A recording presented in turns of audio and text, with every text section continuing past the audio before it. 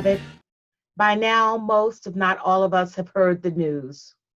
On Wednesday, September the 23rd, a grand jury decision came down announcing that only one of three officers involved in the killing of Breonna Taylor in Louisville, Kentucky, would be prosecuted.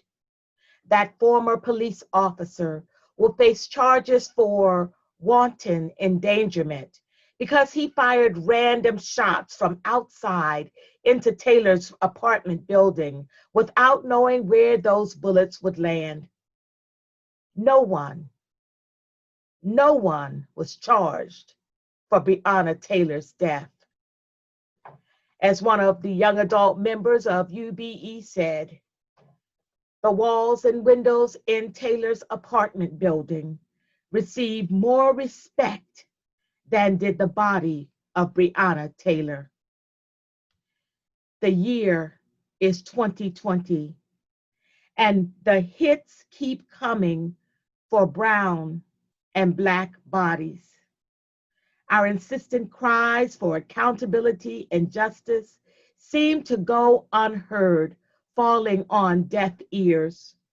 Despite the growing number of non-Black supporters, some in white America fail to grasp the severity, the gravity of the pain that has been and still is being inflicted on Black people and the Black community. I come to you as the national president of UBE, urging all UBE members and our beloved allies who may be heartbroken and disappointed, not to lose hope and focus. For over 400 years, racism's aim has been to break the spirit of Black people and make us believe that we are less than who God created us to be. That is a lie, and we cannot allow it to occupy our thoughts nor direct our actions. The year is 2020, and we will not be broken. Now is the time for us to multiply our efforts to get people out to vote. Now is the time for us to push forward with demanding conversations with our local policing authorities. Now is the time that we remember from where we come and whose we are. The Union of Black Episcopalians has been on the front line combating racism in the church and in the society for the past 52 years. We have seen and experienced systemic racism at work before, and time again, we have overcome obstacles placed in our way. We are people of resilience and of steadfast faith. Remember what Jesus himself declares: the gates of Hades will not prevail against the rock of faith that moves us to action.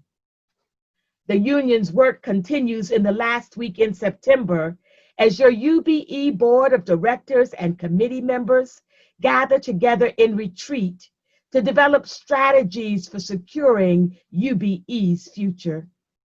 Among other topics, we will be introduced to a new tool, the Episcopal Asset Map, that allows churches, ministries, and institutions across the Episcopal Church to identify historical patterns, current conditions, and future pressures impacting communities of color. Through asset mapping, we can more readily identify communities suffering from racial inequalities and target how we provide support to the most vulnerable. First Vice President Guy Lemus and our 6 regional directors also have been meeting to put together a plan for magnifying our local chapter impact and ensuring that our grassroots justice is as robust on the local and diocesan level as it is on the national level. Finally, in October, we will launch our annual giving campaign, whereby you will have opportunity to support financially the work of the union.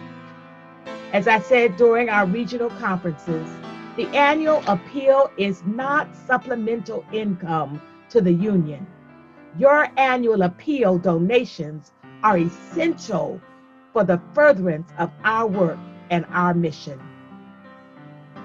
So let's get out and vote and take everyone we can with us.